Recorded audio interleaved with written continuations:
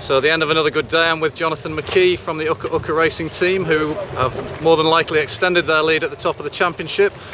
You won the last race, Jonathan, but it wasn't all that easy for you in the other two races, a 7th and a 5th.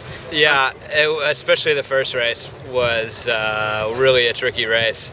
There was a big left shift halfway up the beat, but the two boats which were close to us in the series were further to our right, so we sort of elected to stay with them or protect on them, but that gave us a lot of work to do for the rest of the race. I don't know what we rounded, about 25th or 30th. Yeah, I think you were certainly in the mid-20s. So you ended up pulling yourself back to 7th in that race. How do you approach that? You know, you seem to have an ability on your boat to do that, to come back from low mark roundings at the first mark. Yeah, it's. I mean, you have to have good speed. It's the starting point. So if you're slow, you're never going to move through the fleet that well. And I think the other thing is just not to try to do it all at once. You know, keep making a small gain here, a small gain there, and keep your head in thinking about, you know, what's really happening, and not just you know, taking a big risk because you think that you have to. It generally is better to keep doing the right thing and let the boats that are in front of you make the mistakes. Okay, well, it seems to work pretty well for you in that first race.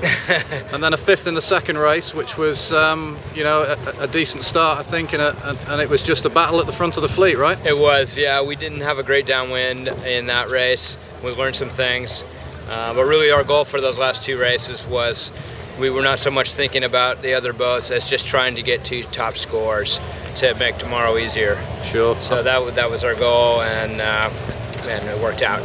You said you learned things downwind. I've got to ask you then, what did you learn downwind? Well, we noticed the other guys were putting their weight further back when it was kind of a marginal pointy condition, and we've tended to keep our weight a little further forward, but somehow in today's condition it was better to get the weight back and keep the bow up, and the speed was just steadier that way. So that was a good lesson for us.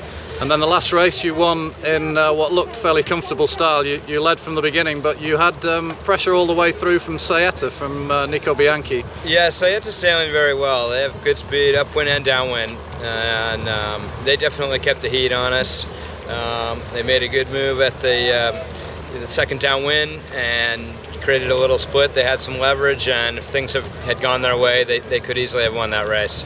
Yeah, it looked like a real kind of cat and mouse game. A few jibes going on the last run. Yeah, we were being a little extra conservative on the last downwind.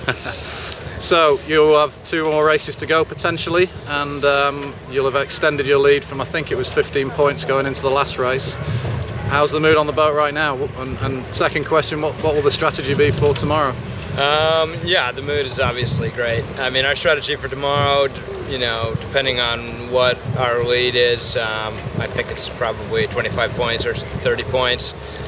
So we really just need to have one of the last 2 races in the top 25, which, you know, you never know. It's still sailboat racing, but it should be achievable. Yeah, I'm sure it is. I don't think Lorenzo is in a mode where he can not try and win a race, though, is he?